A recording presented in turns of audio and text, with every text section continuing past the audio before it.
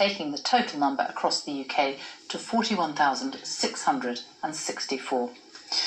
The Home Secretary, Priti Patel, has said she would call the police if her neighbours were hosting a party that broke the new coronavirus restrictions. Under the Rule of Six, which came into force yesterday, social gatherings of more than 6 people are now illegal in England. The Home Secretary also suggested that families stopping to talk in the street could be breaking the new law too. Here's John Kay. The kind of afternoon when you might stop in the sun and chat with friends. But what if you're now breaking the law? If you saw a bunch of 6 friends over there now and they said, Sue, come and join us, but it takes it to 7, would you go and chat to them? Of course I would. You're not going to ignore your friends, are you? I mean, if you're out in the open, you're safe. The Home Secretary would say that is mingling and therefore against the new Rule of Six. Maybe, but I think most people are going to carry on and talk to their friends. It may not seem like a big deal, but it actually is. Best friends Chloe and Amelia say they wouldn't mingle with other groups. It's not worth it. I wouldn't. I'll just keep to myself and what I know, just help protect like my nan and that. With lockdown, I knew there was strict rules, yeah. In your house. That's it. Like many of us, Chris and Amy are trying to work out what the new rules mean. I have no idea. I don't know if it's adults or if it's kids. They thought they could have 6 grown-ups for a barbecue if the children are upstairs asleep.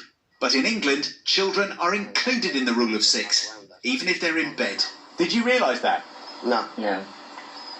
It's horrible. Absolutely horrible. Have an ice cream. Thank you. Yes, not very nice. What, the ice cream? No, the ice cream's lovely. The Home Secretary says she would report her neighbours if they were breaking the Rule of Six. It is a bit like a war. And it's like... These friends on holiday from Cheshire were divided. Would you call the police if your neighbours were breaking the rules? Oh, definitely, but it's the right thing to do. It's for the neighbours' benefit as well, really. It's no good us sticking to the rules and our generation sticking to the rules and everybody else going mad. I'd have to think carefully because you've got to live with these people. It's later on in life, it may be a year goes by and you're not speaking to your neighbours. It's not that I don't like my neighbours. Will they be watching? It may feel like summer is still hanging on, but this autumn, new rules apply. John Kay, BBC News, Plymouth. It's just been announced that all members of the Irish Cabinet have to self-isolate after the Health Minister felt unwell this afternoon. We can join our Ireland correspondent Chris Page now. What more can you tell us?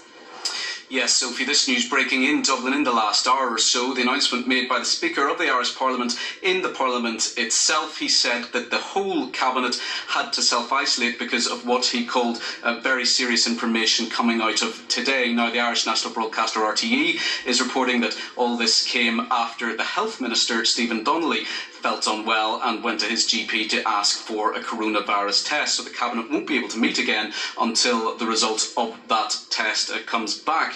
Now, this was already a big day for the Irish government in terms of its response to coronavirus. Ministers had this morning launched a 6-month plan for living with the virus, in effect aiming to keep as much of the economy open as possible while suppressing the virus as much as possible. But they couldn't really, one suspects, have imagined being in the position they now are in at the end of the day.